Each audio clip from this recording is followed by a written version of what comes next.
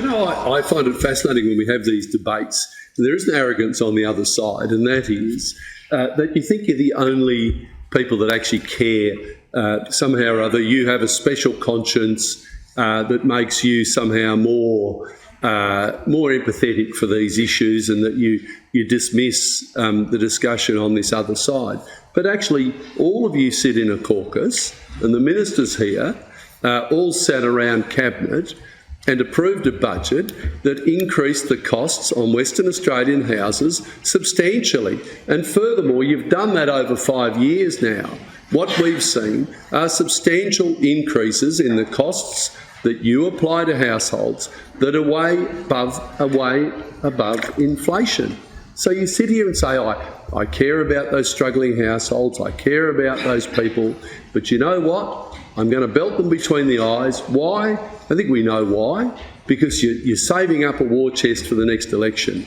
You thought whatever the circumstance, and circumstances changed more than most of us realised, that you'd be okay for this election, but you're going to have a great big war chest in the next election and for the next election. Meanwhile, Western Australians are suffering because of the costs that you've put on households, but also because of your inaction on a number of fronts, inaction during the term of this government.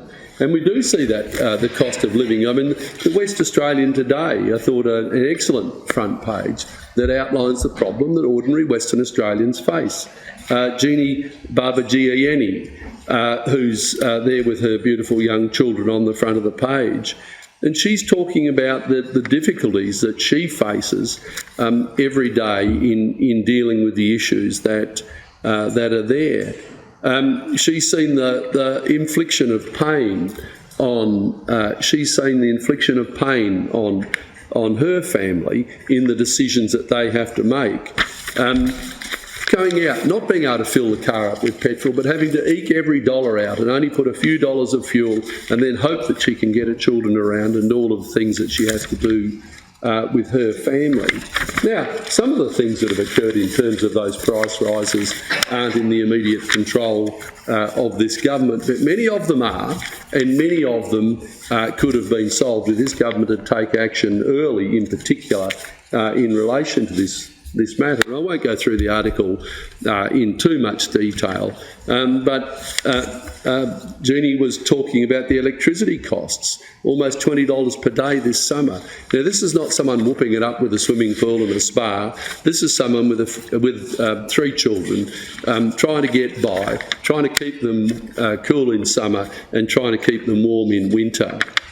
But she's typical of families all over Western Australia that suffered exactly the same pressures. We see the CCIWA just recently carried out a survey on confidence, and that was reported, in fact, today in the West Australian, where it was looking at cost of living, interest rate hikes, weigh on sentiment. The CCIWA survey reveals. And what they're showing is that a great majority of Western Australians are feeling the pressure and feeling the struggle of meeting their bills day to day. And that is causing enormous pain. The ABC did a good analysis of this was published on the 12th of May on their online article, but a person I've spoken with a good number of times since I've been in this role, Louise Giolito, who was talking about the inadequacy of the $400 rebate for the power bill. And as she says, that $400 won't go very far, because we're talking about 12% increases in rental prices. We've got a 7.6% increase in inflation. We've got real stagnation in wages, outlining the problems that they face. And of course, you all know that she's someone who does see these problems and these issues every day. I mean, it's pretty straightforward for most families. There is a hierarchy of needs in families. People need somewhere to live, people need food to eat, people need to be able to get around and carry out with those other needs on top of all of the things that people normally do. If we go to housing, the inaction of this government over its term has led to the housing crisis we have now. And we see some perverse action by the Premier that I think is exacerbating it rather than solving the problem. We've got the Premier travelling over to the eastern states in other places saying for people to come to Western Australia. But as was very well pointed out by Ben Harvey when he did an analysis on this in his Up Late program, Up Late show, I mean, you're asking people to come over here, there's nowhere for them to stay, in effect. In effect, there's nowhere for them to stay. So you're saying come over here, but you don't actually have anywhere they can put a roof over their head. And I might say, and I do echo the comments of the Leader of the Opposition, the gratuitous insults that the Premier made constantly about people on the East Coast during the COVID lockdown has done the most enormous harm to our reputation in the eastern states. The most enormous harm to our reputation over there. And I know I've got a son who's in Sydney, and his friends tell him they will never come to Western Australia because of Premier Mark McGowan and the comments, the nasty comments he made about people on the East Coast. That's what they say. Now he's moved on to the New South Wales Premier. Well, we saw it. We did hear it again today, repeated. We see and so they're not going to come anywhere. Now we see, just as an aside, the government in active desperation, $119 airfares, because that's how much the Premier has harmed the reputation of people in this state of Western Australia. The analysis by the Real Estate Institute of WA revealed the shocking low number of rentals available in Perth, and that there were 12 suburbs that had just one rental up for grabs. And anyone who's seen a rental apartment, we're back to the days of having lines of people outside those. The REWA website, looking at that today, there are only 123 houses in Perth with a weekly rent of $400 a week or less. And I know the Minister for Housing has talked about this before and said, oh, well, you're selectively picking out houses. But people who have children, and more particularly people who have pets, I was at the Cat Haven the other day, people who have children and who have pets want houses because most flats won't allow them to have pets in those. Now, rent inflation is increasing. And during April and May, the median weekly rent in Perth increased by $20 each month. And that means families renting a home had to pay an average of an extra $1,000 rent per annum for their rentals. Now, why are we raising this? We're raising this because this was a matter within the control of government. As we said, in the first term of this government, in your first 4 years, you actually decreased social housing.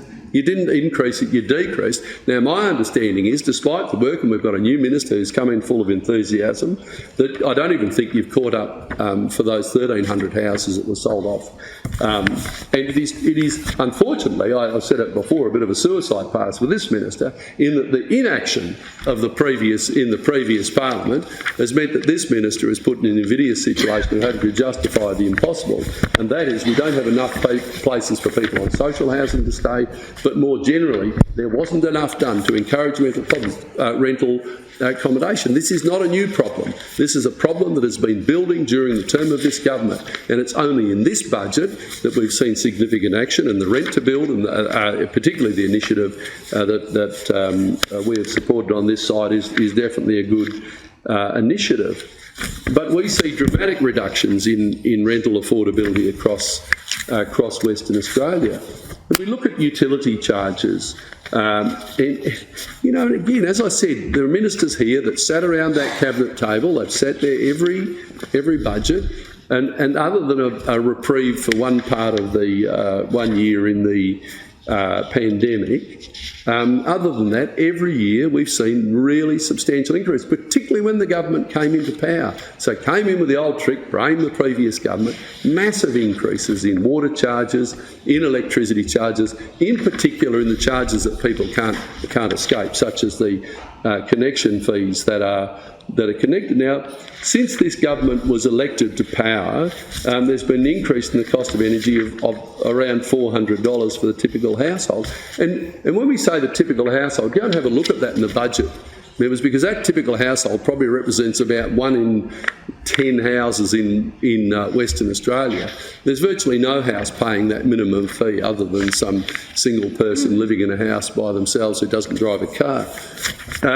But otherwise, families have seen substantially greater increases in that. So we've seen a net total of increase in household fees and charges of over $1,050 a year. And in relation to the energy, as I've pointed out in the debate, and I won't repeat it today, but the reliability of that electricity is substantially worse than it was when this government came to power. So not only is it more expensive, but it's less reliable. Now, we need the Premier, we need this government, we need you ministers as senior people that sit around that cabinet table to take some meaningful action to reduce pressures on households in Western Australia.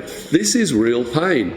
You know, mums are looking at their kids and going, I know your school shoes don't fit, I know you're going through a growing spurt, but I can't buy you those new shoes because if I do that, I can't pay the mortgage, and if I lose the house, then we won't even be able to get a rental accommodation. Now, we've got a Premier that loves to go out there and strut his stuff and puff his chest out and say what a good job he's done.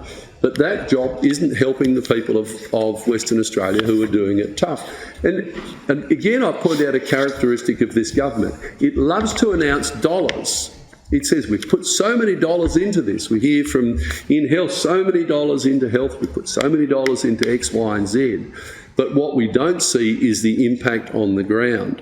Again, we hear about so many dollars going into housing, but we don't see the increase in housing that we need to see in this state of Western Australia. And I will again echo a point made by the Leader of the Opposition.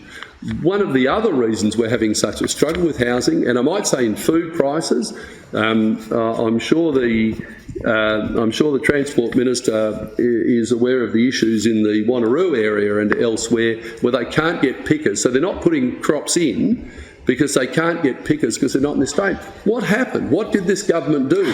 When it came into power, one of the first things it did was remove the city, Western Australia, from the regional migration scheme and stop the workers coming into the state.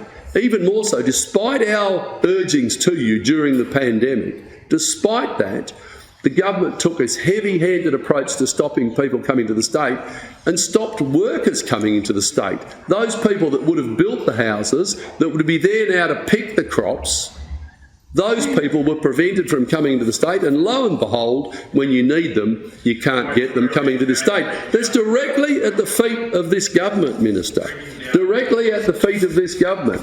Now, we support the cautious approach, but not a foolhardy approach of stopping critical workers coming into this state.